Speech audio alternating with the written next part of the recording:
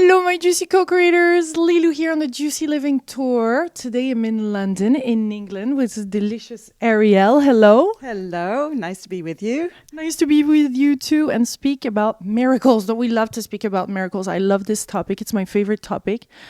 I feel that there's miracles happening every day and we don't see them. All the time, all around us. In fact, my favorite saying is expect a miracle every day. And why not more than one? Yes. You wrote Practical Miracles and you had this brain tumor 20 years ago or so. And this tumor really showed you another way of being, or at least it taught you something huge. Can we go straight into what you got from this period of your life? Actually, it took you 10 years to go through all kinds of techniques and modalities and travel around the world and go to these workshops and do all these things to discover what was this beautiful miracle that happened to you thanks to this tumor. Well, first I must say that my miracle healing doesn't usually sound like a miracle healing to most people, because you hear somebody healing in 10 years, they say, "What?" But in fact, it was a miracle for me that it happened at all, because it could have been a problem that went on and on and on. I had a prolactinoma, which is a small brain tumor in the middle of the head in the pituitary gland, and it was not life-threatening, but it could have made me go blind. The doctors didn't know whether it was malignant or whether it was benign. So I chose to be responsible for it. I chose to heal it through mind-body medicine.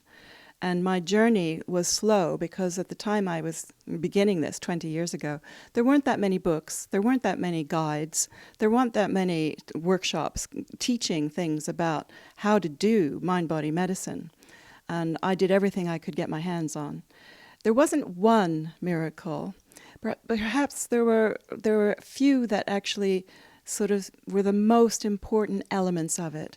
And perhaps the most important element was acceptance. And that sounds like a big word, acceptance. Sometimes I would call it surrender. Surrendering to the tumor was what I tried to do for about 9 years. But surrender and acceptance, although they're similar, are not quite the same. And when you have a health issue, you don't accept it usually. Usually the first thought in your head is, how can I get rid of this? How can I heal it? What treatments should I have to, heal it? So that's not acceptance, that's actually resistance. But because it sounds so normal, we don't really appreciate that this is a form of resistance. I didn't. It took me 9.5 years to get to that point of recognizing that acceptance meant totally embracing and accepting that it was there and it might continue to be there. Now, you might think, well, after 9 years, of course, it must be a chronic problem. That's what my insurance company said after 3 years. They said, this is a chronic problem. We're not funding you for this anymore. I thought, well, thanks a lot. Now what do I do? Yeah. And thankfully, I live here in England where we have this wonderful national health system. So I was still supported and continued to see my same doctor. But when I got to that point of learning about acceptance, it was such a revelation. And if you want to hear the story, it was that moment when I woke up one morning and I heard this little voice in my head saying, I'm so sick of this. I'm so fed up with this. I just want to get rid of this. And I could have ignored that. It wasn't a new voice. I'd heard that voice every day. But on this particular morning, I heard it through my higher mind. And my higher mind said, wait a minute, that doesn't sound very loving. Mm-hmm. That's not a loving thought, to want to get rid of anything. Do you want to get rid of your leg? Are you sick of your left leg? Do you want to chop it off? No. And you had studied Course of Miracles, so choose between love or fear, and that was clearly not a loving thought. That's what came into your mind? Exactly. I've been a long-time student of A Course in Miracles, so I was referring to that and studying those principles all the way through. So I said to myself, what would a loving thought be like? And then I realized I had a problem. Because if I was really honest with myself, I did want to get rid of it. Yeah. And, who doesn't? Mm-hmm. And, I'm not saying we should go into some kind of positive thinking and say, I accept my tumor. I accept my tumor. That is not going to do diddly, because if you only say that on the surface and underneath you're going, but I really want to get rid of it, which one you think is going to win? And what I realized in a nanosecond was that I had a conflict. There was a part of me that wanted to get rid of it, and a part of me that knew better, that thought acceptance was the way to heal. But how was I going to get there? And what I did in order to get there was a review of my whole journey and a recognition that during my whole journey I had met lots of healers and psychics and traveled the world and done all these workshops and had all this amazing adventure. I'd grown, I'd developed, I'd become a completely different person. My work had changed. I'd been a craniosacral osteopath and a naturopath. Now I was working as this kind of off-the-wall mind-body healer, but I loved it. It was like being a detective and helping people find the cause and the thoughts that had contributed to their illness instantly allowed them to be more peaceful. Whether or not the illness fully disappeared, they felt better inside. And there were often people that I worked with who, it was their time to leave, frankly. Their illness was taking them out. And they still would come and say, but I want to know why. And I want to know how this has happened. And I want to understand it. And after we were together, they would feel at peace. So sometimes I actually help people have a more peaceful passing. Mm-hmm. And I realized that was healing. That was as healing as creating a spontaneous remission. I preferred the spontaneous remissions. Those are like awesome, to watch miracles happen in front of my eyes. But anyway, I had this amazing journey, and I realized that I could only have had that journey if I'd been motivated. I wouldn't have spent that money. I wouldn't have gone those places. I wouldn't have done all those workshops.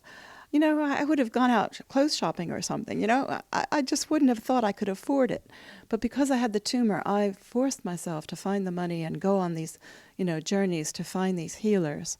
And in a nanosecond, I realized, hey, that must mean my tumor, the part that created my tumor, probably has a better idea for my growth and development than I do. And that was the first chink. I started to say, okay, so it's my guide. This part is my teacher. It has a more evolved understanding of what's going to bring me to happiness, back to my center, to being fulfilled than I ever would have been if I'd followed my own path. And so then I was able to say, so why is it still here?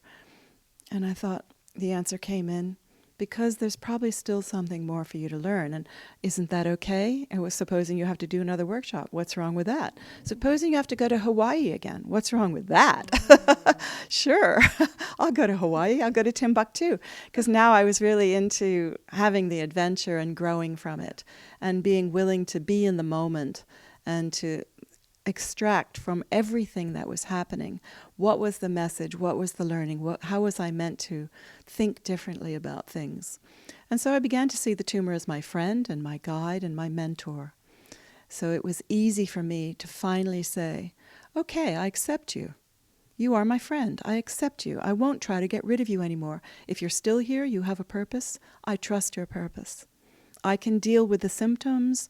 And if you're here to the end of my days, that's okay by me. I give you permission to stay.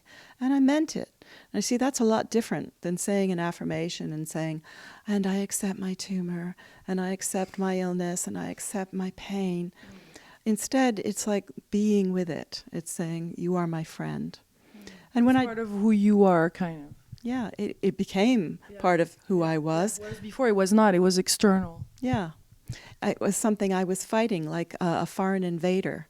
But I always remind people that these things didn't jump into our body from outer space. And you don't necessarily have to have bad karma from a previous lifetime to have it. All you have to have is some, weakness in your physical structure and a few bad, aberrant, mistaken thoughts. And if you obsess about those long enough, you can grow something. And there's a lot of studies showing that cancer doesn't happen overnight. You have to work hard to get it. And I would say similar things are probably true for most disease states.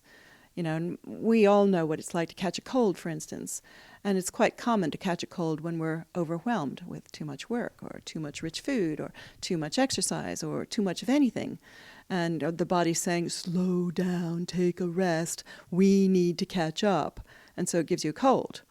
And I think an illness is a bit like that, but it's more specific. And whatever an illness stops you from doing is a clue. And that's where I began to be a detective, to say, okay, so what are the clues we're getting from your symptoms and from what you're no longer able to do in your life? Oh, that's interesting. It's like my tumor stopped me from having babies. It produced a high level of prolactin, which is the hormone which makes breast milk. And that also gives the body the message that you are already pregnant, so you can't get pregnant. Now, the irony was I wanted a baby, desperately, obsessively. And so it was a contradiction that had to be important. I couldn't overlook that. There was no coincidence that I could create a tumor in one cell, one type of cell in a pituitary gland that has lots of different cells. Only one cell was affected, only one hormone was produced. That is not a coincidence. It has to be a message. So I thought, okay, so part of this is about listening to my body. And as a healer, I was very adept at tuning into the body. Doing cranial work, you feel through your fingers into the body. So when I was in pain, I would often tune into my body. I would feel into the pain. It's a very natural thing to resist pain, to push away from it. But if you go into it and you accept it and you melt into the pain and you ask it, what is your message? What do you want me to know? What would you say to me if you could speak? If you talk to your body, it will tell you. You will get ideas coming through your mind about what this is about. And then, and only then, you have a choice. You can make choices about what you think and what you feel. And that's where the choice between love or fear comes in. If you're thinking a loving thought, you're at peace. You're in happiness and joy and bliss. You're feeling relaxed. We're so much more than this body, aren't we? Oh, yes. We are not our body. That's one of the first learnings in A Course in Miracles. I am not my body. And I looked at that the first time I saw that little saying, and I thought, what does that mean? I am not my body. And we're all familiar with saying, of course, I'm a soul, I'm a spirit living in a body on a physical plane. But do we really believe that when we're in pain? And whenever I'm in pain, let me tell you, I don't believe that. I suddenly go, I know I have a body, and it's in pain, and I can't think of anything else. And of course, when you are in pain, it's hard to think of other things. When you're completely surrounded by symptoms, it's hard to think of other things. Facing those challenges then, whatever challenge it is, whether it's a disease or a job loss or divorce or struggling to have a baby or meeting the one, what is your message as far as the way of seeing life or who we are here on Earth, so that we can attract, I guess, the solution? Or what is your advice on this, on challenges and facing them? I think the single most important thing is being mindful of every thought we're thinking. That means being present. When we can be in the moment and listen to what's going on in our own head. Lots of times we go so fast. Life is moving at such a pace these days. And we get caught up in the busyness of our lives. And we're rushing, and we're thinking of the next thing. We need to say, whoa, pause. Meditate, stop, listen. What's the thought going through your head? Is it a loving thought or is it a fear-based thought? And what could you do differently? How could you think about this differently?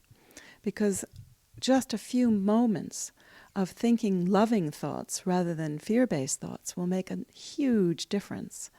But that mindfulness is something we have to practice. And a lot more people now are meditating than ever before. And thank goodness. This could save our planet if enough of us do our meditations. Because when we pause and we stop to think and we make those better choices and we start to think about how can we make a more loving decision, a more loving choice. And I like to think of it as how would love see this right now? What would love say? If love was present, if I could look at this through loving eyes, how would I perceive this entire situation differently?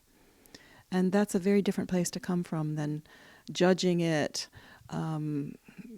looking at it through the normal kind of cultural way of seeing it as something to be defended against.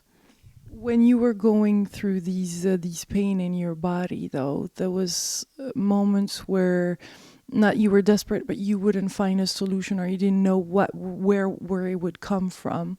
And prayer was something that came to you. Tell us about this vision, or this way of seeing yourself in the hands of God, and how that helped you. Prayer is something that is integral to my whole process. And it's funny because I've often thought of it as being quite a private thing. And maybe because I'm not religious, I think of myself as this very spiritual person, but I don't have a particular religion.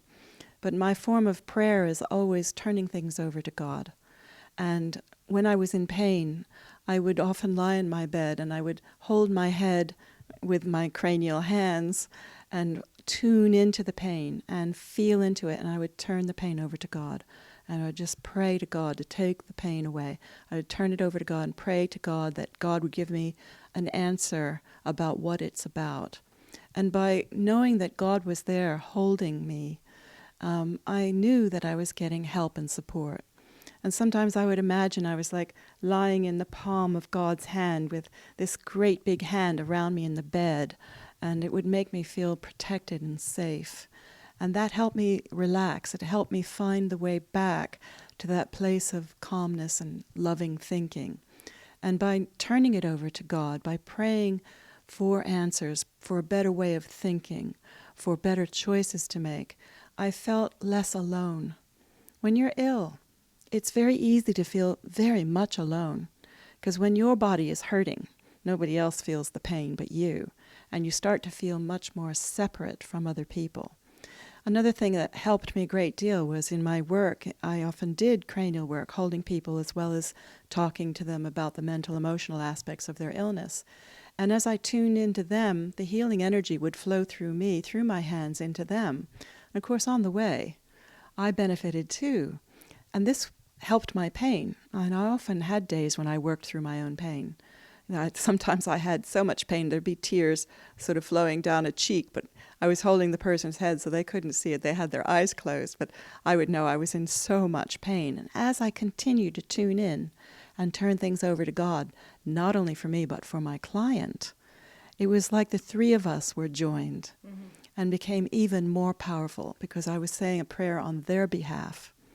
And then gently we would work through their choices and how they were thinking and perceiving in a mistaken way about some particular issue in their life.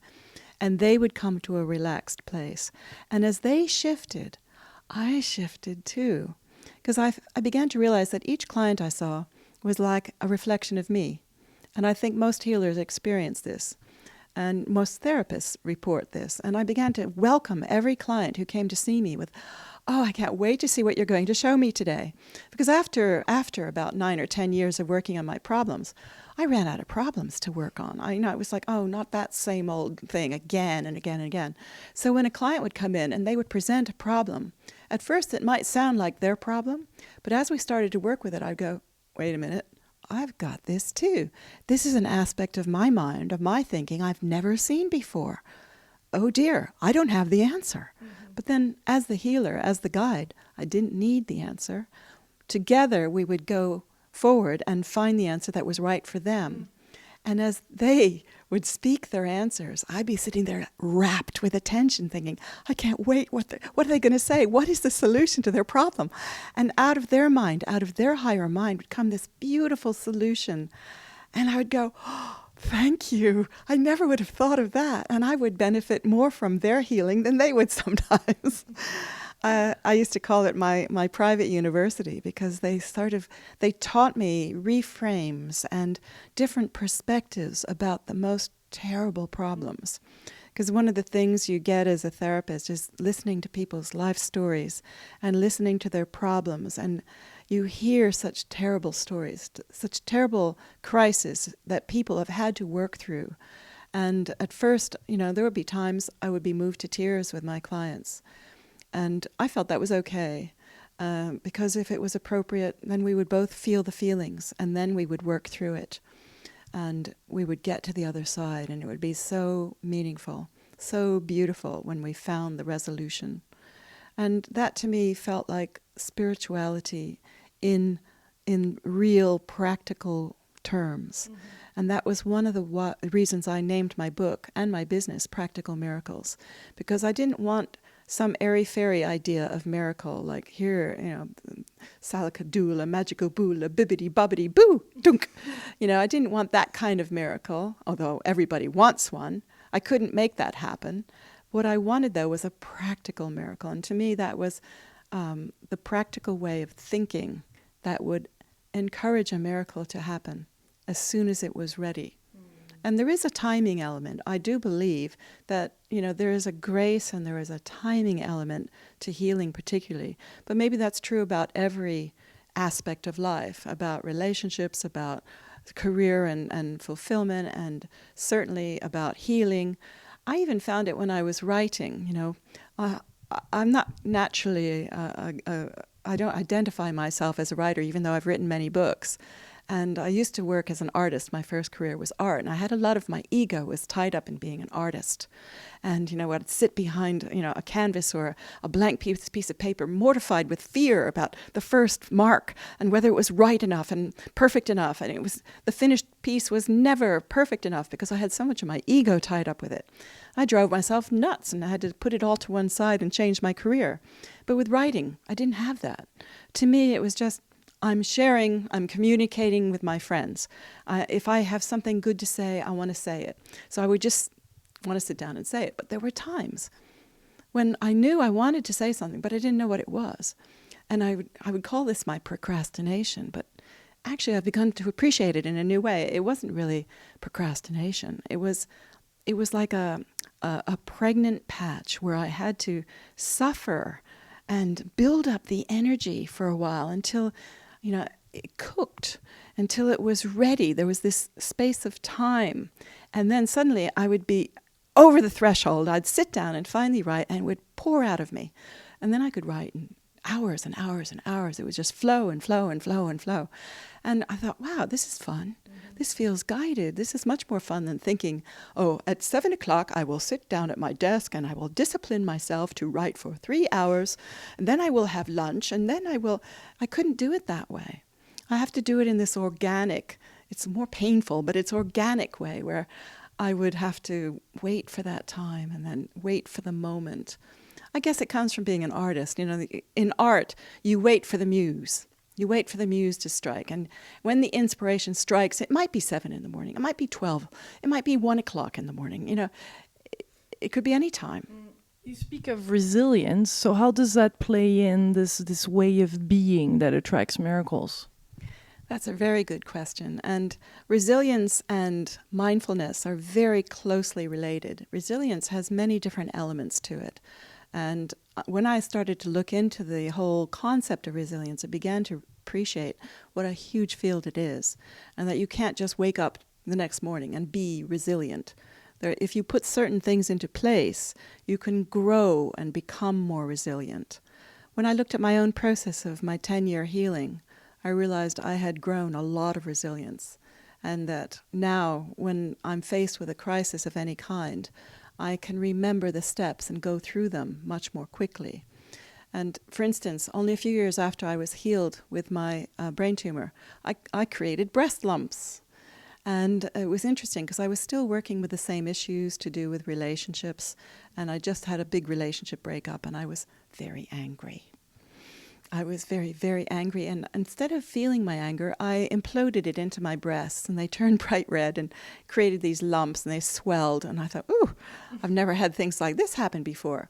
It'll go away next month, and it didn't, and it'll go away next month, and it didn't. So finally, my friends got on my case and said, you should go to the doctor. So I went to the doctor, and he took one look and felt these lumps and said, we're going to have to do some tests. Now, at this point, my brain clicked in and thought, wait a minute, haven't I been through something like this before?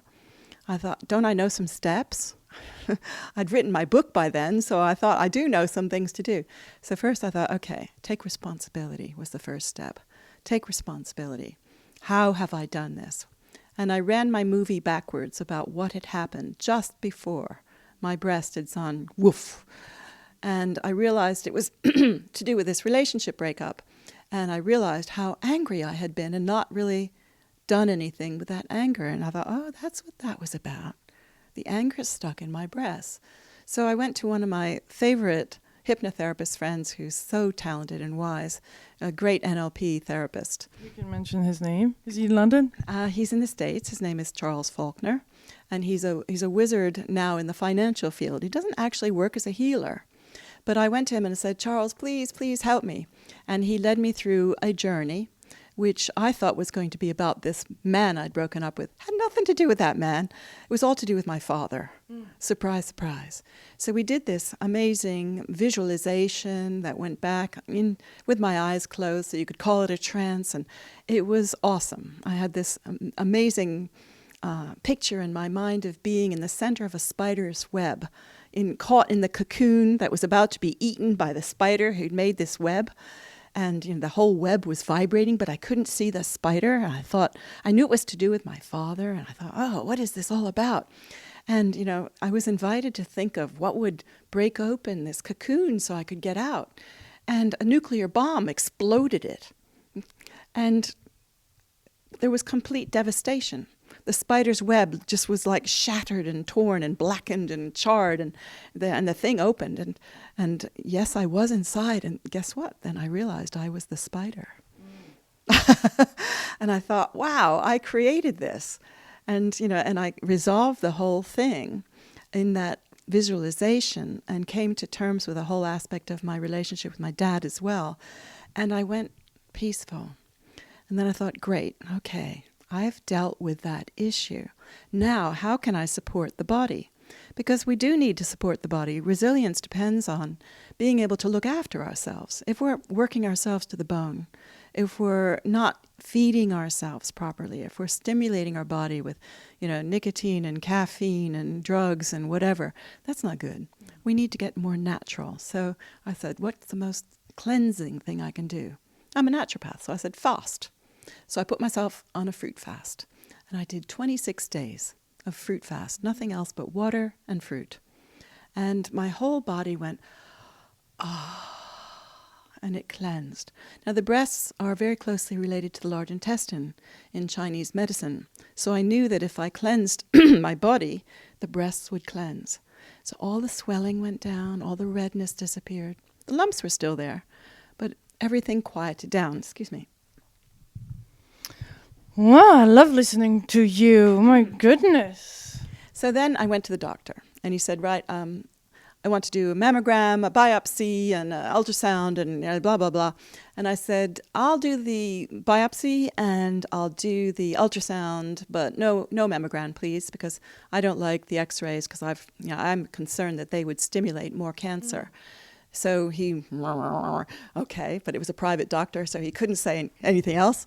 So I had the biopsy, and he gave me the long lecture saying, well, there's 5 grades of cancer, and it could be this, and, benign would be no malignant cells, and then we have grade 1, which is some malignant cells, and the rest is okay, and then we have and he went through all the grades, and grade 5 obviously was the worst, where it was totally malignant. So I said, thank you. And we waited for the results, and the results came back, and it was totally benign. And I thought, wow, that's fantastic. And the doctor said, well, I still think we should take the lumps out. I said, no, I think we'll just leave them. And I continued to do my spiritual sort of staying calm, and they melted away. It took 9 months, but they melted away and never came back. I'd also done my research in the library. I was still taking responsibility, and I found out that if you had fibrotic lumps, which mine would have been labeled as fibrotic lumps, if you operated on them, most of them came back anyway. So I thought, well, why go through the operation? Let's just melt them away. So they melted away. So I was very proud that my own techniques worked on that. So, if you are mindful, you take responsibility, you find the thoughts and change the thoughts, you take care of your body. These are really important important aspects of learning how not just to heal, but to be resilient. Because if you can do that in the face of any kind of crisis, then you're going to be able to stand up to anything. And how does that help to bring in the miracle when the time is right? Well, miracles are happening every day, all the time, in every moment. And every change of thought is a miracle. Yeah. Now, remember, the miracle isn't necessarily the absence of a symptom. We tend to think of it in very physical, concrete terms, like tumor's there, tumor's gone. Breast lumps are there, breast lumps are gone. We think that's the miracle. No. The real miracle is the change of thinking, which leads you to be in a place of peace. That's the miracle that's really important. Because, when I was working with people, helping them to have peaceful passings, I never got the satisfying feeling that you get from seeing a problem there and a problem gone. They would pass with the problem. But what I did get to see was their inner state was just beautiful. And sometimes they would reach a place of such inner light that they were radiant. They were absolutely radiant. And you think, that's healing. I want to go like that when it's time for me to go. And we all go. Sooner or later, we all get on that train. I don't think we can use life and death or the absence of symptoms as our measuring stick. They're important, but they're not the be-all and end-all. We have to remember who we really are. We are not our body. We are the spirit that lives within a body. I don't even think the body exists. Our bodies are just like temporary computer printouts of every thought, every feeling we've ever felt. And I've seen amazing things just vanish before my eyes. I had one lady who came in one day. She had eczema all over her hands, and she had it periodically. And her hands were swollen. Excuse me. Thank you. Tea time. No, hot water time. Her hands were swollen and cracked, and they were even bleeding. She could barely, bend her fingers like that. And she said, "Oh, Arielle, I think I might have an allergy to something. Could you check me on what I'm allergic to?" At that time, I was doing allergy therapy. I said, "Yeah, sure." But we got busy doing other things because she had other problems too, and I nearly forgot. And we got to this section of her healing session where I was holding her head gently, and I suddenly remembered, oh yeah, her hands. I forgot to do the allergy treatment. But I thought, why don't I just try some NLP instead? So I did a technique called core transformation, which goes in and talks to the part that creates the problem. So I said, why don't we just talk to the part that created this eczema on your hands? And so we talked to the part, and it turned out she was only about 19, and her parents were going through a very wicked divorce. They were fighting, and she was the only child, and she was piggy in the middle, and she just hated listening to all the antagonizing fights that were going on a daily basis. She hated it. She wanted peace. Now, she was a very spiritual young woman. She was a Baha'i, and she had deep spiritual connection to God. And knowing this, I thought, well, she must have experienced peace through her prayers and meditation. She must know what that peace feels like. So I said to her, what would happen if the part of you that really wants peace could bring the peace in right now? What if you allowed that peace to come in and heal this fight within you that's creating the eczema? So we invited the peace in, and she really connected with it. Now, she had her eyes closed. I had my eyes closed. Her mother was sitting right where you are, just a few feet away. And suddenly, we got to the end, and I stood up and walked around the table to, finish the treatment. And I looked down and looked at her hands. Her hands were perfect. The swelling was gone. The cracks were gone. There was no blood. There was no flaking skin. They were perfect, absolutely perfect. And I went, whoa. That's weird. And I said, oh, look at your hands. And she looked down, she goes, wow, that's amazing. And her mother was speechless. She said, yes. She was the only one with the eyes open. I watched it happen. And we were all completely stunned because we all knew we'd seen a miracle happen right before our eyes. Now, how often is that happening when we don't even notice? After they left, I went, wow, I'd like to see that happen more often. Why doesn't that happen every time? And I realized one of the most important elements was her spiritual practice. She had practiced her prayer and her meditation many, many years. She had already developed this connection. And she was young. She had less years of stored up rubbish. And the thing that she was really upset about wasn't even to do with her. It was her parents. So you see, it was easier for her to undo the thoughts that were leading to the eczema. And I thought, okay, that's interesting to analyze that and understand, unpick what might have helped, what might have made that happen more quickly. Helped me to understand how I could make it happen more quickly for other people. These stories happen all around the world, and there's those stories in so many different diseases. So there are examples of self-healing, of quicker, longer, but it just happens kind of healing. It does, doesn't it? I mean, it in every single field. That's right. I believe that for every illness known to man, there's somebody somewhere on the planet who has healed it naturally without any medical intervention. And there's a very interesting association in California called the Institute of Noetic Science. And they did some fascinating research on cancer.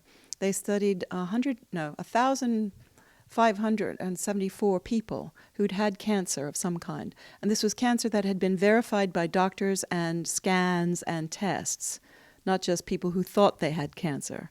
This was all hospital-verified tests. And then these people had spontaneous remissions without any kind of medical intervention. And then they were again verified to be cancer-free by the same kind of testing procedures. And they said, well, okay, let's research these and find out, what did these people do? And they looked at their diet, and they looked at their biological background. They looked at all kinds of factors. And luckily, they also looked at the mental, emotional factors. And curiously, they said, well, these people all did the same 8 mental and emotional changes. And they listed them. And the list that came out of that was absolutely amazing. And as I looked through the list, I realized I had done all the things on the list in order to heal. And I thought that's probably what most people need to do in order to heal. I call them the 8 factors of healing. Now, some of them aren't so easy. What are they? So some of them that pop in your head right now? The ones that pop in my head are taking responsibility. And that's one thing that's very hard for us in the Western world, because usually when you have a medical problem or any kind of health issue, the first thing you do is run to a therapist and say, here, take my thing away. You know, make my pain go away. Give me a pill. Give me a treatment. Make it go away. That's not taking responsibility. Taking responsibility looks at, well, how can I feed myself differently? How can I talk to myself differently? What thoughts do I have to change? You know, how can I slow down, meditate? What do I need to change in my life? What can I do to make myself in a better place to heal? That's taking responsibility. And so it's a long way away from what we generally are encouraged to do, especially on the TV commercials now, which is very sad. Very, very sad. Having good relationships helps as well. That was one of the things that came out. Having supportive relationships, loving relationships, and good relationships with any therapists or doctors that you have. Creating a healing support team to nourish you and help you stay in that good place. As well as taking responsibility, you want to put into practice all of the things that are going to help reduce stress. And one of the key factors is being mindful, as I said before, noticing those thoughts on a daily basis, on a moment-by-moment basis. What's going through my head? You know, rewind the movie, move it forward, backward. Where was the aberrant thought that led to this problem? So thank you so much, Arielle. This was such a lovely conversation. I'm excited to be able to share this with as many people as possible, for all you beautiful co-creators. And please, if you have suggestions for interviews, always do it through the Juicy Living Tour website. And thank you for your support. The book here, and the author, you are the author of Practical Miracles, a house here in the UK. So I thank Ruth also for putting us in touch. Thank you so much. It was a delicious, delightful moment. Thank you. Thank you. Big, big kisses to all beautiful co-creators out there. Much love.